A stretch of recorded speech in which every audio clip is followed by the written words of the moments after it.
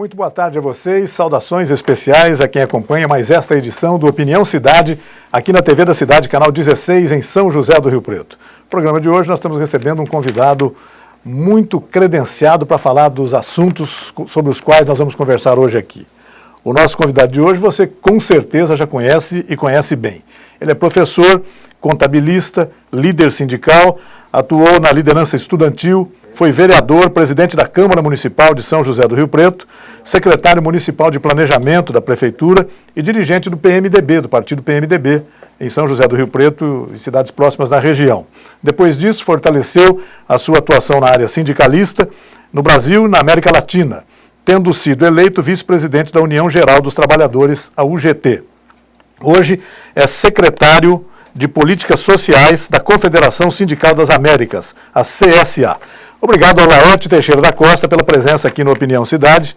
Queria muito agradecer a honra de sua presença aqui no nosso programa, para a gente conversar sobre temas esses os mais variados possíveis, né, Laerte? Desde problemas sociais no Brasil, em países próximos do Brasil, problemas em relação aos quais eu percebo, eu leio, eu sei que você está com os quais você está muito envolvido, está muito bem informado. Boa tarde a você, muito obrigado pela participação. Eu que agradeço a gentileza do convite, é sempre uma satisfação, né? Desde o tempo da Rádio Independência, Diário da Região e de muitos órgãos da cidade, você continua na ativa e isso é muito bom, porque faz isso sempre com muita competência. Obrigado, Laerte. Vamos começar conversando sobre o Brasil? Vamos. Por exemplo, nós estamos em um ano repleto de eventos importantes para o país, a Copa do Mundo agora, daqui 2 anos as Olimpíadas. Sim. Há um ano atrás houve uma série de manifestações populares que agora o governo teme se repitam durante a Copa, já começa a dar a pinta de que vão se repetir. Aconteceu nesse final de semana na capital paulista. Como é que você vê esse quadro todo? O que é que está acontecendo no Brasil? Qual é a saída para essa insatisfação popular, Laerte? Olha, eu acho que o governo, não o governo do PT, mas os governos pós-redemocratização, tiveram muitas oportunidades de organizar melhor o Brasil, né? De fazer as leis principais. Todo país que sai de uma ditadura tem que fazer pelo menos 2, 3 leis que são básicas. Legislação eleitoral, legislação sindical, legislação política. Sem essas legislações, você não tem um processo político bom e ele começa a se deformar no processo. Essa deformação do sistema político brasileiro levou à cooptação de poderes. Então, o executivo coopta o legislativo e esse sistema parece que está servindo às lideranças políticas, ao poder em geral, e isso permanece assim. Então nós estamos no processo de degradação final desse sistema, porque as pessoas estão vendo, olha, tem corrupção, tem. As pessoas estão vendo, olha, se elege sempre os mesmos, estão vendo. E isso vai tendo um processo também de saturação. Eu acho que nós estamos vivendo um momento de saturação de um sistema que não foi adequadamente formado. E essa questão de cooptação de poderes, Laerte, ao que a gente consegue entender, consegue perceber, ela se repete nos vários níveis da administração pública, né? Tanto no Sim. governo federal, no governo estadual, nos governos municipais. Não há legislativo hoje no Brasil que não tenha uma vinculação com o executivo. É muito difícil você ver, e onde não há vinculação, há a cassação do prefeito. Caso de Mirassol e outros locais aí. Essa situação de cooptação, ela é bastante evidenciada do norte, nordeste, sul do país, não tem. E com repetições de alguns vícios, até mensalinhos, dizendo por aí, né? A gente não sabe, não tem prova disso, mas se suspeita que existam. Essa vinculação da necessidade de formar uma base faz acreditar que o caminho seja a corrupção. Né? Exatamente. Então, o que ocorre?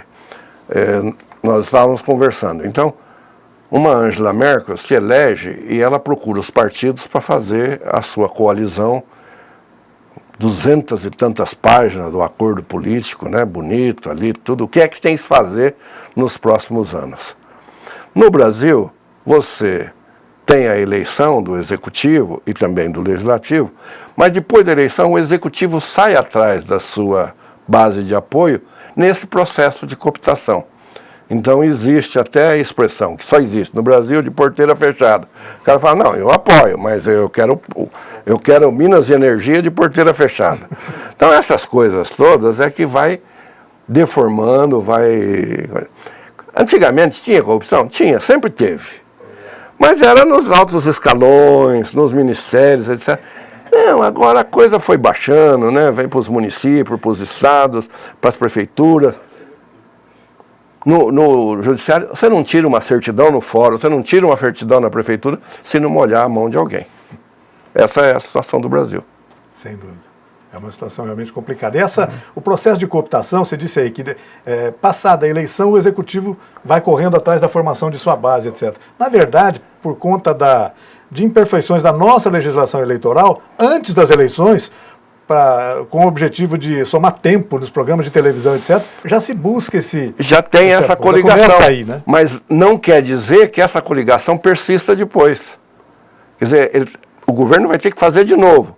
E os partidos estão ficando, eu não sei se posso usar essa expressão, ficando tão sem vergonha, que depois do decorrer, feitos os acordos, estão querendo mais sempre, né? É o caso do PMDB, que eu fui presidente aqui em Rio Preto, mas o PMDB está sempre precisando de um ministério a mais. Está sempre correndo atrás do ministério. Agora, neste momento, está falando, não, nós precisamos de mais, porque vamos fazer a coligação, vamos continuar na vice-presidência, etc. Olha, gente, se for continuar assim, realmente o perigo, grande perigo, Rei, aconteceu o que já aconteceu no Brasil mesmo, em outros países, de repente aparecer um Messias, um cara que faz um discurso de direita radical, né, a favor da pena de morte, a favor do enquadramento dos menores, a favor de tantas outras coisas. Elege o Marajá como exatamente, o caso do Collor, o caso do Jânio Quadros foram semelhantes. Isso. Então aparece um Messias e de repente o povo acredita, vota no cara e aí aquela bagunça como aconteceu na Venezuela. Você tem medo, daqui a pouco a gente fala bastante sobre a Venezuela também, você tem medo de que esse surgimento de um novo Messias aí esteja na iminência de acontecer agora, por exemplo, nas próximas eleições? Se você tem esse medo, o nome Eduardo Campos te sugere alguma coisa nessa linha, não? Não, eu acho que o Eduardo Campos não tem esse perfil, não. O Eduardo Campos é um político já tradicional, já foi governador, já foi, acho que senador, não sei, e ele tem um partido sólido, grande, atrás dele, ele não tem esse perfil de Messias. O que a gente tem que ter medo do Eduardo Campos é o seguinte, num país de pardos, mestiços e negros como o nosso, apareceu alguém de olho azul é um perigo, né? Então, é um fenômeno Xuxa, alguns estão dizendo aí em boca pequena, mas ele é um sujeito experiente, me parece que tanto ele como o Aécio, ser eleitos, vamos supor que haja alternância no poder, não modifica muita coisa, não vai modificar muito o quadro brasileiro. Mas esse negócio da cooptação, vai mudar algumas coisas, perfumarias, né? Acho que não muda muito o processo. Vê favoritismo da presidente Dilma como candidata à reeleição? Não tenho dúvida, se a eleição é hoje, ela ganha no primeiro turno. Primeiro turno. Primeiro turno, eu acho que as pesquisas mostram isso e a gente percebe. Teve um momento nas manifestações de inverno do ano passado, na época de junho, julho, quando começaram as manifestações, que houve uma queda da popularidade dela e houve um medo tal. E aí todo mundo saiu correndo atrás. Olha, precisamos fazer a reforma política tal, porque era a principal reivindicação. Mas no momento em que apareceram black blocs, apareceram as manifestações mais violentas e os grupos mais radicais, a população fica com medo disso. A população tem medo dessas reações. E aí a Dilma começou a subir novamente e hoje o povo pensa assim, não vamos deixar ficar pior do que está. E ela, nesse processo, acaba tendo vantagens. Eu acho que ela se acomodou novamente, esqueceu a reforma política, ela mesma chegou a discutir isso, né? Todos esqueceram a reforma política, porque o sistema serve, né? Esse é um sistema que vem vindo aí há longo tempo e tem servido de alguma forma aos mecanismos do poder.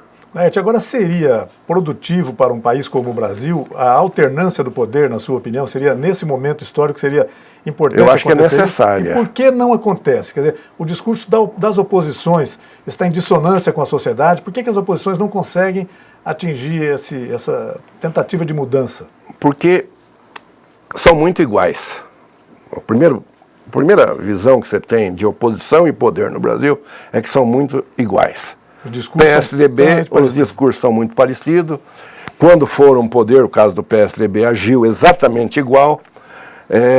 Então essa situação é uma situação que não dá para ver grandes diferenças entre oposição e situação, um caso. O outro caso é de que realmente algumas circunstâncias faz com que o poder seja mais atrativo do que as oposições. No Brasil isso é muito comum, os partidos em geral, essas coligações, tal. Então o poder em si agrega mais poder e agrega maiores possibilidades de reeleição. A reeleição foi nociva para o Brasil. Ela foi nociva, porque a pessoa entra e já está pensando em agir em função da reeleição, né? Ele não age em função das futuras gerações. É aquilo que o Churchill disse, né? Quer dizer, a diferença entre o político e o estadista é que o político pensa na próxima eleição, enquanto o estadista pensa nas próximas gerações. Então o Brasil está faltando estadista. Está faltando Brasil, um político... Pensa-se nas duas próximas eleições, né? Exatamente. Então já tem uma... É muito ruim o processo, é o sistema. Isso é muito difícil de passar para a população, de que o sistema está ruim, está podre, está carcomido, cheio de vícios. Não entende?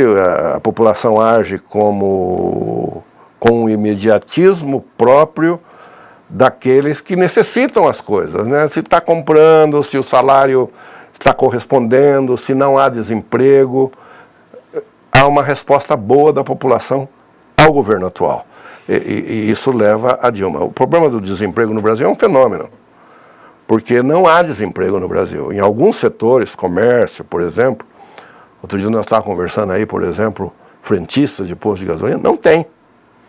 Está faltando. Está faltando empregado doméstico, está faltando mão de obra. E está faltando também em cima, mão de obra especializada. Estamos importando muita gente de fora. Então, inclusive médicos. Então dá a impressão para o povo é o seguinte, olha, é o governo que está agindo bem e nós temos emprego. Não é bem assim. É muito complicado explicar isso em televisão, mas existe uma coisa chamada janela demográfica, né? Nós não temos mais as altas taxas de nascimento da década de 80, 70, a estabilidade do crescimento populacional, e isso levou a uma estabilidade no emprego no Brasil. Não é obra do governo, é uma obra de uma circunstância demográfica. Mas isso leva a população a pensar de que é o governo que está oferecendo uma economia sólida que permite ter emprego. A gente falou em conveniência da alternância de poder, ao mesmo tempo já prevendo a possibilidade de eu acho necessária, viu, Rei? De uma reeleição da presidente Dilma, por exemplo.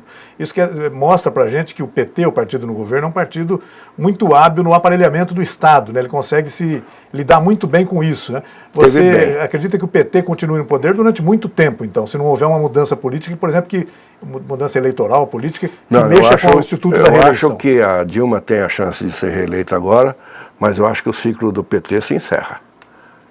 Acho que encerra com a Dilma. O processo não é fácil fazer uma previsão dessa para daqui a 4 anos, mas eu imagino que haverá alternância na próxima eleição. Sobretudo pelas perspectivas da economia brasileira. Nós estamos com Petrobras, situação difícil, nós estamos com balança de pagamentos deficitária, nós estamos importando mais do que exportamos, nós estamos diminuindo as reservas brasileiras e nós temos perigos iminentes aí que pode, por exemplo, recrudescimento de inflação, por exemplo, qualquer coisa. Acho que não vamos chegar na inflação e no desemprego, eu acho que nós não vamos chegar a tanto. Mas todas essas outras situações vai exigir da Dilma em 2015 apertar os cintos. Eu tenho a impressão que o governo de 2015 nós podemos esperar um governo duro, seja quem for o presidente. Seja quem for o presidente. Porque não acredito que nesse 2014, que talvez devesse tomar algumas iniciativas mais duras, alguém vá tomar. Porque é um ano de eleição, é um ano atípico, não dá para tomar medidas impopulares. Por exemplo, nós precisamos estar agora com economia de energia, e não estamos tendo. O Operador Nacional de Energia disse, nós precisamos economizar pelo menos 5%. Vamos começar a ligar as termoelétricas, que está muito caro. Então, vai ligar a termoelétrica, vai fazer o que precisa ser feito, mas para não faltar energia, porque é um ano político e ninguém vai fazer isso. Infelizmente é assim. Até algum tempo atrás, Laerte, no Brasil se dizia que certos acontecimentos dentro de um campo de futebol, de um estádio de futebol, poderia representar no humor da população e até na vitalidade dos governos, etc. Nós estamos em ano de Copa do Mundo. A seleção brasileira tem até chance de ser campeã mundial, mas pode também não ser. Existem seleções muito fortes. Você acredita que esse tipo de fator ainda pode mexer com as coisas no Brasil? O governo tem um estudo sobre isso. O governo tem um estudo sobre isso, dos poucos que foram divulgados, porque o governo é profissional. São estratégicos. São estratégicos. Mas dos poucos que foram divulgados, a Copa do Mundo só terá influência na eleição se a seleção brasileira sair na primeira fase. Se ela sair na primeira fase, vamos supor, perde para a Croácia e depois perde para o México que está fora, o que não é impossível. Sim, claro. Né? Aí teria influência nas eleições, porque aí vai virar bagunça. Mas se ganhou a primeira fase, entra num processo de euforia, etc., passa pela segunda fase, que é difícil, aí não tem problema mais. Aí é céu de brigadeiro. O impacto é menor. O impacto é menor mesmo, mas se ficar ali entre os 3, 4 colocados, tá bom. Tá. Já aconteceu isso em outras ocasiões, na eleição passada isso aconteceu e não foi nada. Agora, que vai haver manifestação na época da Copa, não há nenhuma dúvida, esses estudos estão aí muito claros, né? Vai ter grupos radicais que vai fazer, mas é aquilo que vai ficar longe do Estado, né? O Exército vai ficar ali perto dos estádios, isso não vai entrar. Quem vai entrar no estádio com os preços é a classe média, é aqueles que bate palma, que pede por favor, etc. tal. Que vai lá, eles não vão. Não é o povo habitual de futebol, inclusive. Não é a torcida que você faz parte ali do Rio Preto, né? Que chega, fica no alambrado xingando o juiz, né? Não é essa que vai no campo de futebol. Sorteio aí, eu entrei, meu filho foi sorteado, um deles foi sorteado para assistir Brasil e Camarões em Brasília. Então, ele pode ter sorte de chegar lá e ser uma coroação da classificação, né? Mas pode ser o azar também de chegar lá e estar perdida a coisa. Um outro maracanaço, né? Que embora não seja do Maracanã. Mas há uma possibilidade grande, estamos jogando no país, pode acontecer como aconteceu na Copa das Confederações. Mas é ruim que isso seja influenciável, que isso venha influenciar a população. Nós não podemos mais ser influenciado por futebol, por Olimpíada, por essas coisas. Nós temos que aprender a votar, nós temos que ser um país que temos que aperfeiçoar a nossa democracia. Se não aperfeiçoarmos a democracia, estamos fadados a repetir o passado. Sem dúvida. Laerte, você já previu aí a perspectiva de repetição das manifestações do ano passado, né? A gente já disse que já começa a se fortalecer agora, nesse ano de Copa do Mundo, etc. Você teme por algum retrocesso maior do que simplesmente o governo tomar medidas mais fortes? Quer dizer, o país pode mudar por causa dessa violência que corre o risco de se espalhar pelas grandes cidades? Não? Alguns perigos existem. Um deles, por exemplo, é fazer uma legislação muito forte para coibir esses tipos de manifestações e resvalar numa antidemocracia. Já estão falando nisso, né? Isso é muito ruim. A posição do governo tinha sido boa nesse sentido, no sentido de não modificar, não modificar essa legislação, mas já há vozes dentro do governo, né? Já vi o ministro da Justiça, o Cardoso, falando a respeito disso, já há tentativas no Congresso de regulamentar artigos que não estão regulamentados da Constituição, para deixar isso mais rígido, mais forte. É um perigo. Agora, eu tenho a impressão que o governo também está se aparelhando mais, né? A polícia está se aparelhando mais. Já nessa da última semana, de sábado, já se percebe que foram levadas 200 pessoas para a delegacia, já foram todas cadastradas, já foram fotografados, já foram... Essas pessoas todas já vão ficar mais intimidadas de voltar a fazer manifestações. Então eu tenho a impressão que diminui um pouco o potencial desse pessoal. Dilui a impressão de impunidade, né? As pessoas começam a ser cobradas. Fica mais... Então há uma rigidez, há um preparo maior da polícia, há maior quantidade de prisão e há maior intimidação a esses grupos que não têm o apoio da população. Se você fizer uma pesquisa, esse pessoal que quebra, que faz baderna, etc., esse pessoal, nego quer que taca fogo neles. Se deixar, vai ter uma parcela razoável que quer que prende, que bate e arrebenta. Né? Que acaba realimentando a violência. Para lembrar a época do João Figueiredo, né? acaba realimentando a violência, que realmente é perigoso. Não deixa de ser uma coisa ruim. Ao contrário, nós temos que melhorar a educação, melhorar a saúde, melhorar a democracia. A gente tem que evoluir e não involuir, porque eu acho que isso é uma involução. A palavra é muito pouco usada, mas existe. Laerte, não há como traçar nenhum tipo de parâmetro em relação à situação de protesto aqui no Brasil com a situação que hoje é vivida, por exemplo, por um país próximo, a Venezuela. Mas existem parâmetros. A história começa a mostrar que determinadas regiões do mundo passam a se contaminar por esse processo, etc. Você vê alguma ligação nesse sentido? Não, eu acho o seguinte, quando começou a questão da Primavera Árabe, e depois nós tivemos o caso da praça em Istambul, na Turquia, Isso. Existiram alguns estudos de sociólogos, etc., que traçavam um pouco de similaridade entre esses movimentos todos, embora politicamente diferentes entre si. Primavera Árabe é uma coisa, na Turquia começou com a praça que ia ser destruída para construir um shopping, na Venezuela é fruto do desgaste de uma semiditadura durante 20 anos, a Argentina, que começa também, tem algumas situações difíceis, também degenerescência de natureza política. A Tailândia vem há muitos anos, nós tivemos a crise da Tailândia na década de 90, então desde aquela época é uma monarquia e houve problemas de corrupção muito grandes também. Então essa situação, e o caso da Ucrânia, que é muito mais complicado do que tudo isso, porque aí fazia parte de um império anterior, que era o Império Russo, a antiga União Soviética, e agora está querendo se deslocar para um outro mecanismo de poder, aí é difícil, né? Até os Estados Unidos está no meio disso aí, é uma coisa diferente. Mas esses sociólogos diziam o seguinte, que os jovens, por redes sociais, etc., se manifestam e saem para a rua.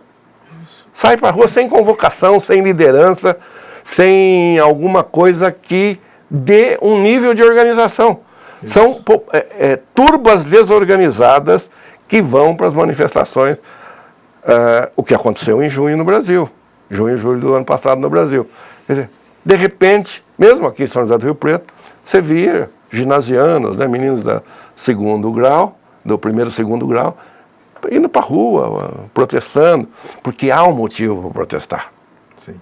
Existe um motivo. Existe um motivo, quer dizer, em todos esses países há alguma coisa errada acontecendo. Ainda que os motivos não possam se comparar ainda entre si. Que não sejam similares os motivos e que as circunstâncias políticas sejam diferentes, há motivo para protestar. A corrupção no Brasil é um deles. Certo. E até isso, a corrupção e as vertentes dela, né? O dinheiro gasto, por exemplo, na organização de uma Copa do Mundo, é o que está levando essas pessoas agora. Absurdo, né? Tem obras aí que você vê, calcula, está indo, não saiu ainda, 50, 100, 150, já está em 250. Né? Então vai indo. Já que nós passamos a fronteira, começamos a falar sobre política internacional, sobre geopolítica, etc. E a Venezuela, Laerte? O que vai acontecer com ela? Então, você tem uma boa sindical, ligação com a Venezuela. Na área sindical, eu sou ainda diretor da UTAL, né, Universidade do Trabalhador da América Latina, que tinha sua sede na Venezuela, que foi obrigado a sair, transferir a sua sede para o Panamá, exatamente porque a situação na Venezuela estava muito ruim. Já na época do Chaves ainda? Já na época do Chaves, Quer dizer, ainda na época de Chaves, não tinha... O Chaves ainda estava lá. Ainda estava lá quando se vendeu o prédio, etc. E tomamos um prejuízo enorme, porque aí o governo da Venezuela não deixou transformar o produto da venda em dólar para transferir para o Panamá. Coisas absurdas, né? Por decreto, aquele negócio, né? Nós passamos por tudo isso. O Brasil passou por tudo isso que a Venezuela está passando. Por exemplo, não, vamos congelar os preços, né? A Venezuela congelou o preço também. Resolvia-se na canetada, né? Tudo na canetada. E não resolve. Infelizmente não resolve. Eles tiveram 20 anos, né? Se contar o tempo do Chaves e do Maduro, vai dar 20 anos. Nesses 20 anos tiveram todo o poder possível e não resolveram os problemas do país. Tem uma empresa tão grande ou maior do que a Petrobras, que é a PDVSA. A PDVSA também está com problemas, como tá a Petrobras nesse momento. Foi tirado, muito descapitalizaram a PDVSA para fazer o projeto político do chavismo, né, do bolivarianismo. Então, tudo isso, e foi degradando, né? Hoje Caracas é a segunda cidade mais violenta do mundo. A primeira é São Pedro Sula, em Honduras. Isso é estudo da ONU, né? E com São Pedro Sula, que é a primeira, por exemplo, tem um nível de um assassinato para cada 187,5 pessoas. Nossa. É muito alto. A cidade maior do Brasil de nível é Maceió, que está 70 e poucos, qualquer coisa assim. Muito alto, muito alto. E é interessante que nessa lista da ONU, não aparece nas primeiras 50 cidades, não aparece São Paulo e Rio. Mas aparece quase todas as cidades do Nordeste grande, Campina Grande, Maceió, Fortaleza, etc. E não teve repercussão no Brasil.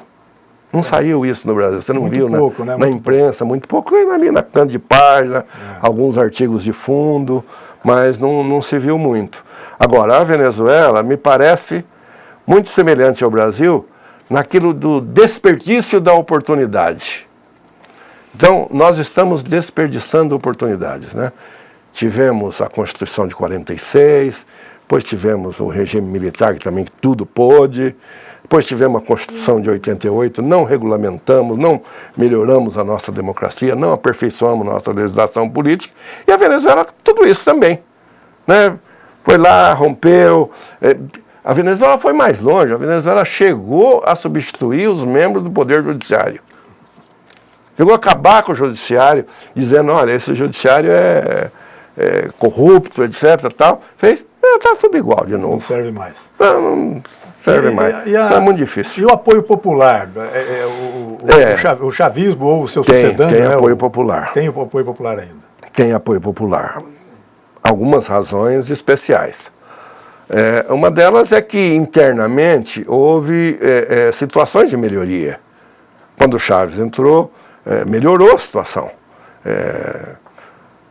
Não tiveram lá o Bolsa Família, mas tiveram programas semelhantes. Esses programas, tipo Bolsa Família, esses programas semelhantes, eles deixam aquela pobreza do grupo E, por exemplo, chamada classe E, que está lá no fundo do poço, esse pessoal mais tranquilo. Esse pessoal não é mais potencialmente belicoso, potencialmente conflitante. Por quê? Porque ele tem uma forma de rendimento, ou seja, Bolsa Família, ou lá outro tipo de ajuda. Essas ajudas, quem que protesta? A classe média. Quem protesta é a classe média. A classe média é que enxerga, que está pressionada entre a classe de cima, que está bem, e o pessoal de baixo, que está satisfeito, e ali no meio a insatisfação, aquela classe média que protesta. Agora, muitas vezes começa na classe média, mas vai se espalhando. E o que está acontecendo na Venezuela. E apareceu um novo líder. Apareceu um novo Messias, né? Isso. O Lopes. Isso. E esse foi preso e piorou. Piorou. Foi preso. Uma estratégia equivocada, né? Foi preso e ele aceitou ser preso. Foi um acordo. Então ele não é bobo, né? Parece que não é bobo. E o Capriles, que era oposição, ficou com medo de perder, naturalmente, esse aspecto de ser o o grande opositor. O cara da oposição. E aí ele está fazendo acordo com o governo. Ele participa da negociação de paz, que foi lançada antes de ontem pelo Maduro, de criar uma conferência de paz nacional para pacificar a Venezuela. E o Capriles vai participar com o Maduro. Então, o que é isso? É a oposição se unindo ao governo porque tem um outro inimigo maior. Isso é muito comum em política, né? Sim. Aparece um inimigo, isso, né? É da política, então vai. Mas a Venezuela é uma pena, foi a melhor democracia da América Latina na década de 40, 50, 60. Havia um governo bastante estável, se dizia que a Venezuela era a democracia mais estável da América Latina. Tinha naquele petróleo, período, tinha dinheiro, naquele período em que todo lugar era ditadura. Isso. Brasil, Uruguai, Paraguai, Isso. Chile. Ela era a exceção, né? Ela era a exceção, e no entanto virou nisso aí, né? Por isso que a gente precisa melhorar as legislações brasileiras, porque para não ocorrer isso de novo. Para nós não entrarmos nesse processo de degenerescência dos costumes, da vida nacional, etc., até com risco de guerra civil, etc. Então precisamos fazer isso enquanto é tempo, para que não seja tarde depois querer reformar no momento de conturbação geral. Laerte, vou pedir a sua licença por 1 minuto, vamos dar um rápido intervalo do Opinião Cidade e a gente volta daqui a pouco para continuar conversando com Laerte Teixeira da Costa. Até já.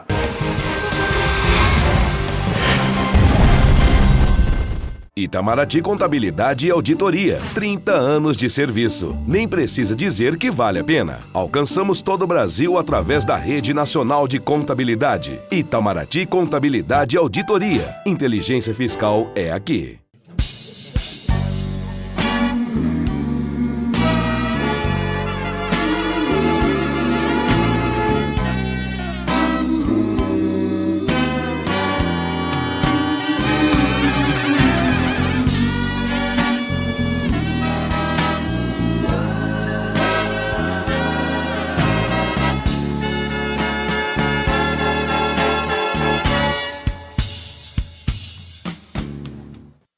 Quem melhor do que a TV da cidade pode falar com Rio Preto? Somos a voz e a imagem da cidade. Mais versátil, mais humana, mais comunitária, mais gente. Mostramos o desenvolvimento da cidade. Discutimos as questões políticas, o esporte, a sociedade. Prestamos serviço. Ajudamos a comunidade. Estamos no ar 24 horas. De olho em Rio Preto. Informando e divertindo. Seja nosso parceiro cultural. Acesse www.canal16.com.br. O nosso e-mail é tvdacidade@hotmail.com. Telefone 3212-2829. Fale com a gente. TV da Cidade. A TV que é sua e da cidade.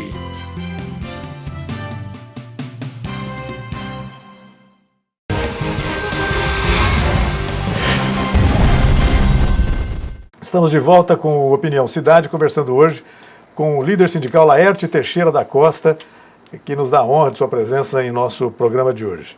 Falamos agora há pouco sobre a Venezuela, os problemas que o país tem enfrentando. Fizemos aí o Laerte fez um pequeno termo de comparação com o ânimo que está prevalecendo no Brasil, nessa questão de manifestações da população, etc., e os outros países da América Latina. Por exemplo, a Argentina, Laerte. A Argentina, que tem uma economia também com problemas sérios, né? Tenta se manter, às vezes, cortando importações do Brasil, sobretaxando importações, enfim, uma série de coisas. E teve problemas internos também, né? A presidente Kirchner, por exemplo, teve uma atitude de confronto com o grupo econômico, o grupo de comunicação mais forte do país, o grupo Clarim, né? Que além do jornal mais influente do país, muitas rádios, muitos jornais do interior, televisões, etc., e jornais do interior. Que quadro é esse que aconteceu na Argentina e que vai dar onde isso?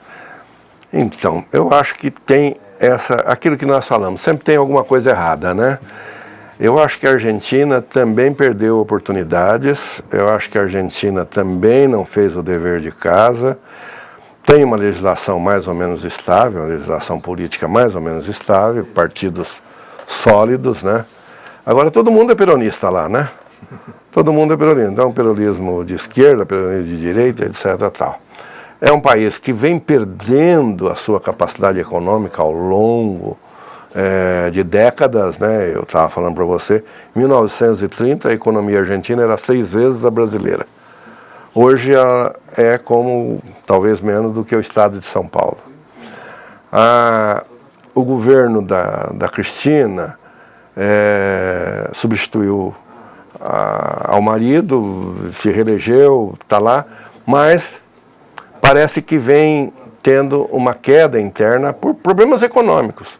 Porque quando a economia vai muito bem, o governo não acontece nada com o governo. Tudo dá certo, né? Tudo funciona. Então a economia vai mal, quer dizer, então a Cristina começa a ser contestada.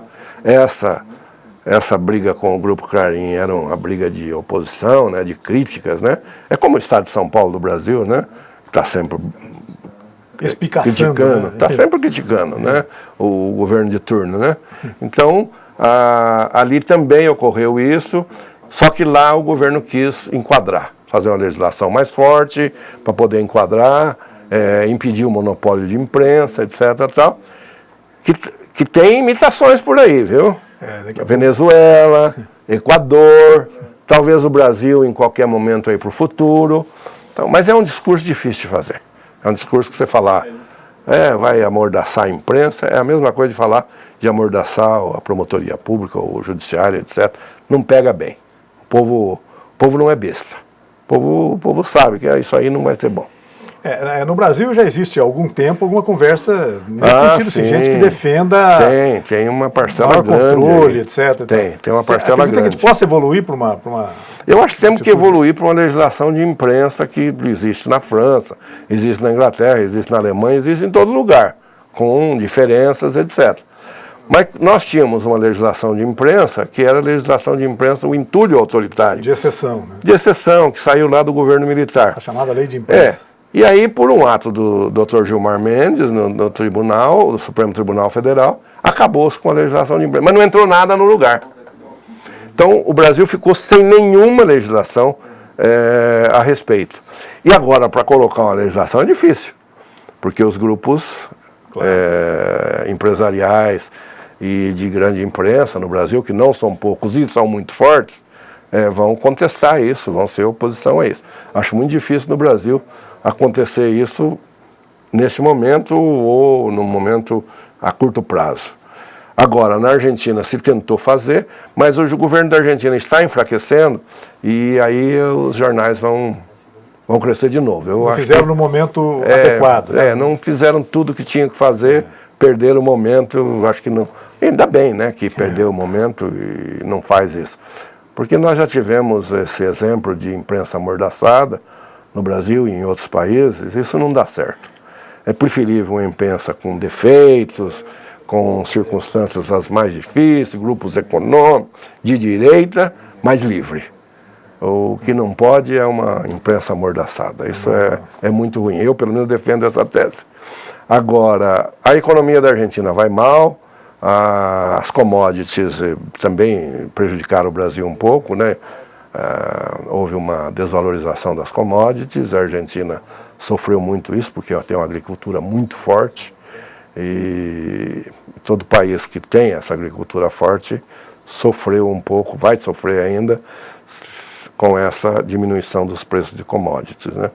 Por exemplo, o Chávez, na Venezuela, pôde fazer tudo o que fazia de ajuda, de auxílio, porque naquela época o petróleo estava a $140 o barril. Ficou muito tempo acima de $100 o barril. Isso não tem mais. A commodity dele era muito valorizada. Ele tinha muito dinheiro. Né? Tinha muito dinheiro. Então, a Argentina é um país autossuficiente em petróleo, é um país que tem uma agricultura muito forte, e enquanto isso estava bem, o país foi bem. Tanto que a Cristina se elegeu depois do marido, e se elegeu de novo, e agora a Argentina tem um problema mais grave porque não tem sucessor. Mas você olha a política, tem que sair ali no processo, mas tem muita gente e uma confusão realmente grande a nível do peronismo, dos partidos. Peronismo do A, peronismo do B. Exatamente, tudo isso. É muito interessante, a gente não conhece bem, eu até tenho ido pouco à Argentina ultimamente, até porque isso reflete nas próprias centrais sindicais. As próprias centrais sindicais. A CTA se dividiu, a CGT se dividiu, hoje tem quase 3 CGT praticamente, e 2 CTAs, porque estão divididas entre si, algumas são governo, outras são oposição, etc. Quer dizer, isso reflete, o país, fragmenta tudo, quer dizer, acontece no partido político, acontece na vida sindical e acontece na vida nacional. A vida nacional há uma conturbação, né? Há uma confusão grande, pouca gente sabe o que fazer. Laerte, ainda na América Latina, um novo personagem, novo não, velho personagem, surgiu recentemente no cenário político da América Latina, que é o presidente do Uruguai, o presidente Mujica. Né? Interessante. E, entre outros motivos, ele se notabilizou, por exemplo, pela questão da liberação da maconha, etc. Outro dia eu lendo um post seu no Facebook, aí você falou, já encontrei essa pessoa, encontrei o presidente Mujica, né, no lugar, parece um velhinho simpático e tal. É isso mesmo, o que você pensa? Ele é um velhinho simpático, é um filósofo nato, fala muito sobre o consumo, sobre os costumes atuais, foi corajoso nessa questão de liberação da maconha e de outras leis, aborto, abriu o país para imigrantes, ele não tem mais nenhuma restrição para nenhum imigrante do mundo. Você pode ir ao Uruguai, chegar lá, dar o nome, registrar e está no Uruguai. Entrar para trabalhar.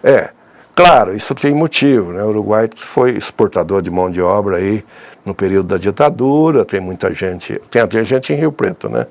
E a democracia, a Frente Ampla no Uruguai, que é o que está dando os presidentes, deu o Tabaré Vázquez, agora deu o Mujica, deve voltar o Tabaré Vázquez para ser presidente. As instituições democráticas estão mantidas. Funcionam e é um governo que notoriamente favorece os trabalhadores, enfrenta o empresariado, tem feito aumentar a renda dos salários e tem feito também, por exemplo, só para citar um exemplo, o governo deu um canal de televisão, queria dar para as questões sociais.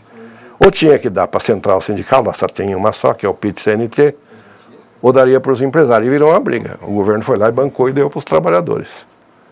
Então é uma outra postura, né? Uma postura diferente. A questão da maconha, que é mais debatida internacionalmente, ainda não, eu fui lá essa semana passada, ninguém sabe como vai funcionar isso, porque a operacionalização é muito difícil. Controla em farmácia, o sujeito pode plantar em casa, mas para comprar na farmácia ele precisa estar registrado.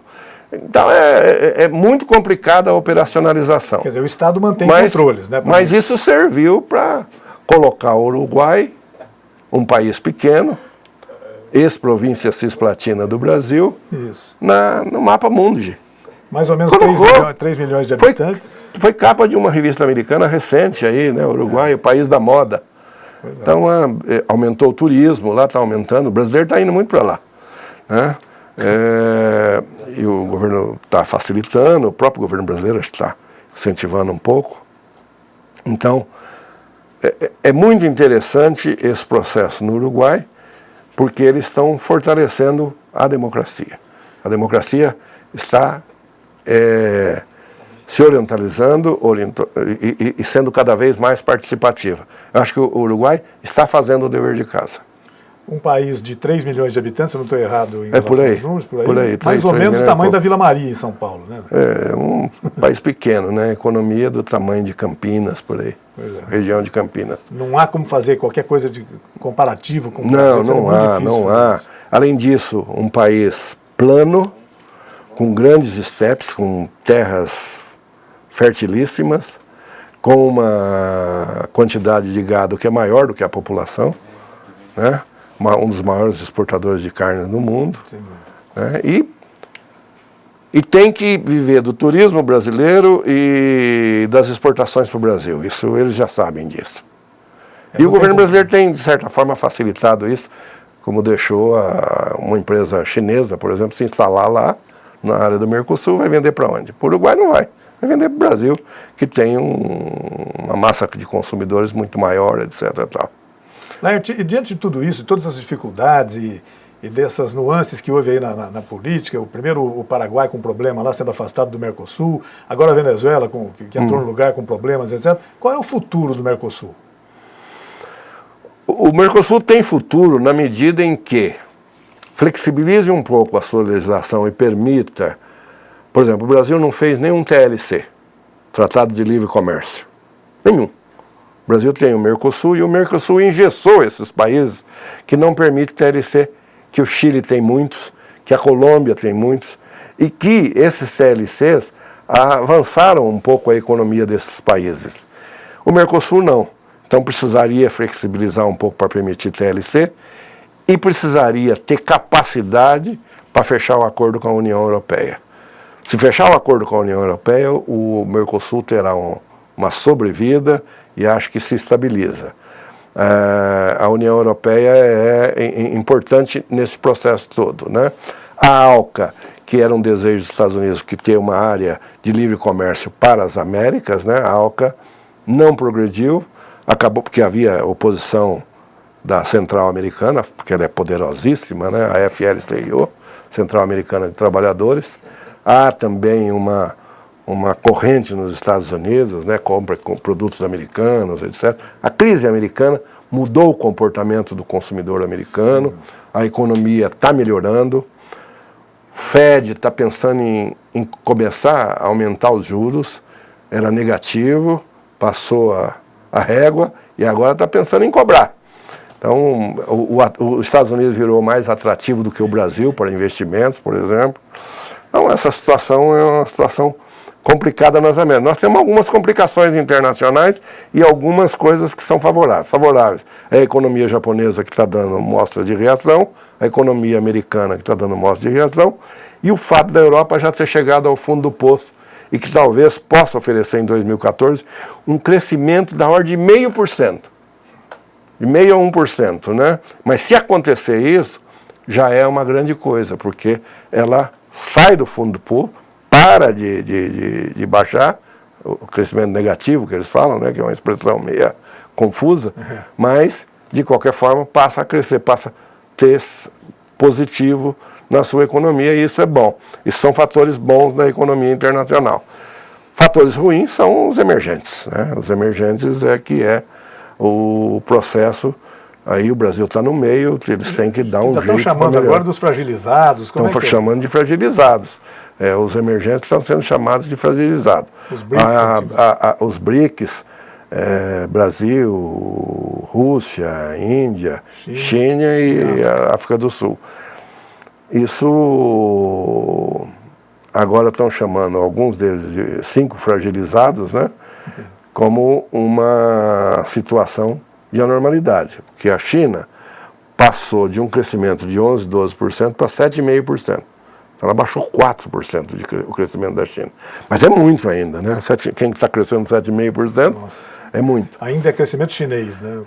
A China vai ter que modificar a sua ótica, não vai ser mais só exportar, vai ter que estimular o consumo interno, vai ter que elevar o consumo da sua população, é uma outra ótica, e aí o Brasil, o México também, que está melhorando, um pouco mais vinculado aos Estados Unidos, ao norte, mas de qualquer forma são, vamos dizer, incógnitas internacionais, são situações que ainda não dá para ver por inteiro como vão se comportar a União Europeia, o Japão, os Estados Unidos e os emergentes.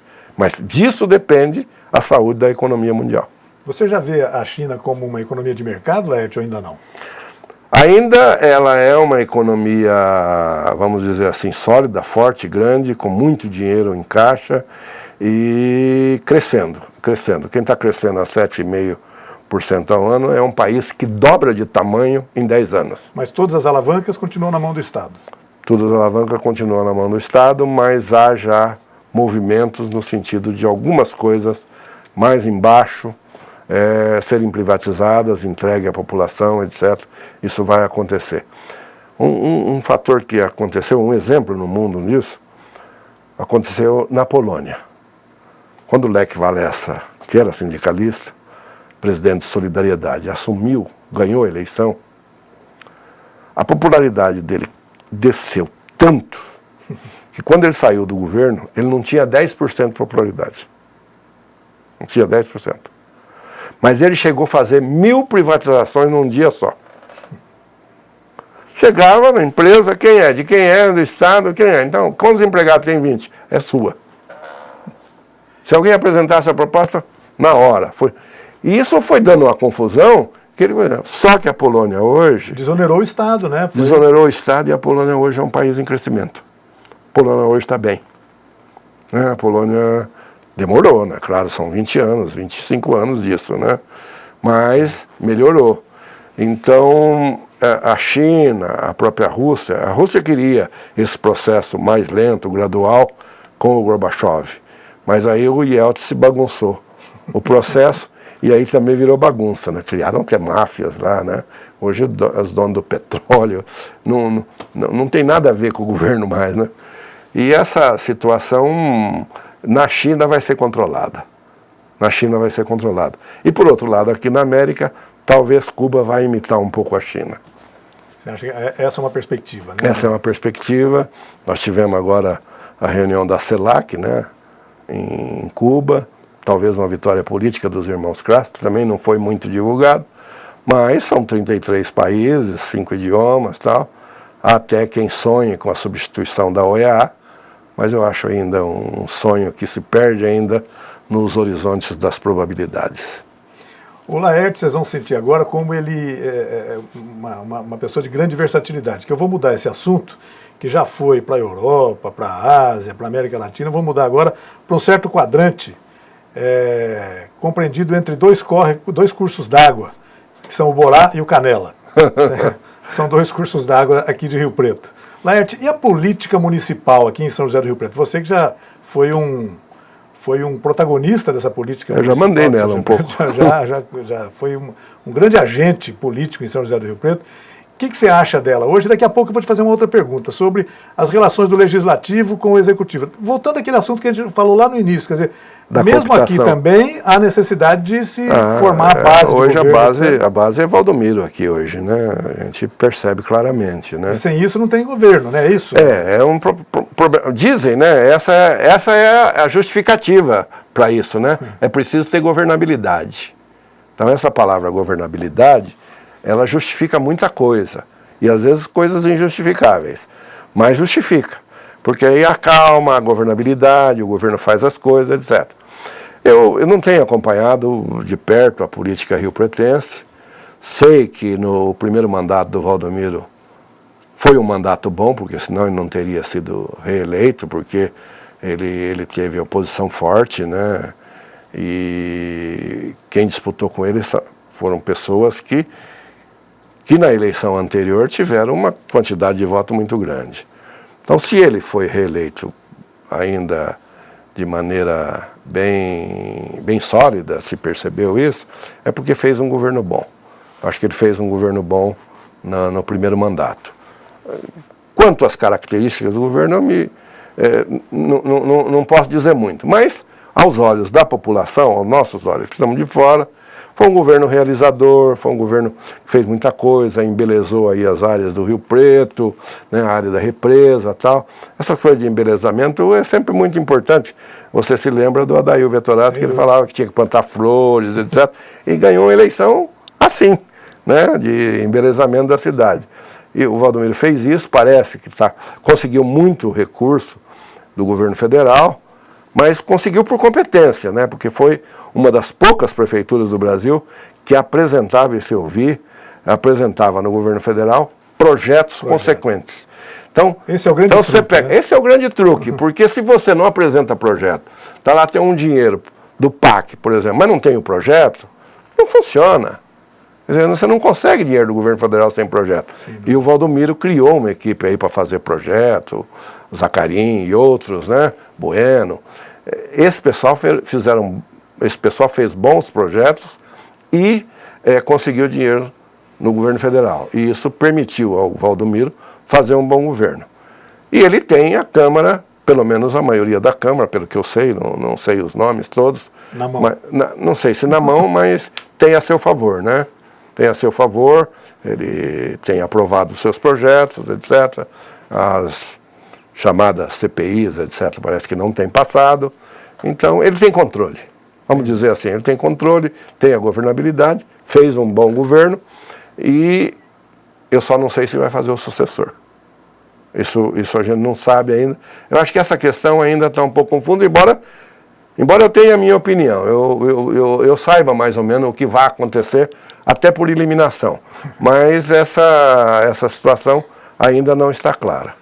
Se eu te perguntar qual é o seu palpite para o sucessor da municipal, você evidentemente não vai querer dizer agora aqui, né? Eu até digo, não tem problema. Eu desconfio que existem 3 candidatos hoje, né? O grupo do PSDB, que tem a família Vaz de Lima, o grupo do DEM, que tem o Rodrigo, o grupo do PT, que ainda tem o João Paulo Rilo, e o Valdomiro. A situação. Então são 4 vertentes aí que podem ser candidatos. Se o Valdomiro repetir o seu primeiro governo, ele vai ser o maior eleitor. Ele sendo o maior eleitor, quem ele apoiar tem muita chance. Então, se apoiar Rodrigo, se apoiar Ivani ou Zé Carlos, ou se apoiar João Paulo Rilo, não é impossível, ele faz parte da base, né? Essas coisas não são mais impossíveis em política. Nunca foram impossíveis. Não, nunca né? foram. Ou tirar do partido dele. Se ele for tirar do partido dele, ele só tem um nome, que é Orlando Bolsoni.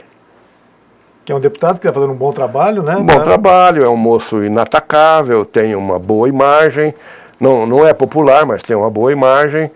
Eu acho que se houver confusão, o Bolsoni tem chance de ser o candidato do Valdomiro. Fica valendo, isso aí a gente está guardado aqui. Arquiva. Não, mas é realmente importante. Aliás, queria agradecer mais uma vez a sua presença aqui, a maneira objetiva e transparente com que você trata esses assuntos, não tem assunto proibido. Não tem proibido. Podemos avançar. Então eu queria agradecer muito, Léo, te convidá-lo sempre que você estiver por aqui, coisa que não é fácil, você não está sempre por aqui. Não. Voltar aqui para a gente continuar conversando sobre temas como esses que a gente conversou hoje aqui. Muito obrigado. Muito obrigado por estar aqui. Eu quase não tenho conversado mais com o Rio Preto. De vez em quando fico sabendo que colocaram uma gravação antiga aí que eu tive na câmera e tal. Agora pelo menos tem uma mais atual, né? Tá certo. E muito obrigado por vocês terem me convidado. E precisamos uma hora tomar uma cerveja junto, né? Sem dúvida. Muito obrigado ao Laerte Teixeira da Costa e obrigado a você que nos acompanhou em casa em mais esta edição do Opinião Cidade. Já convidando para que esteja conosco novamente amanhã, a partir das 12 horas. Até lá, um forte abraço a todos. Tchau, pessoal.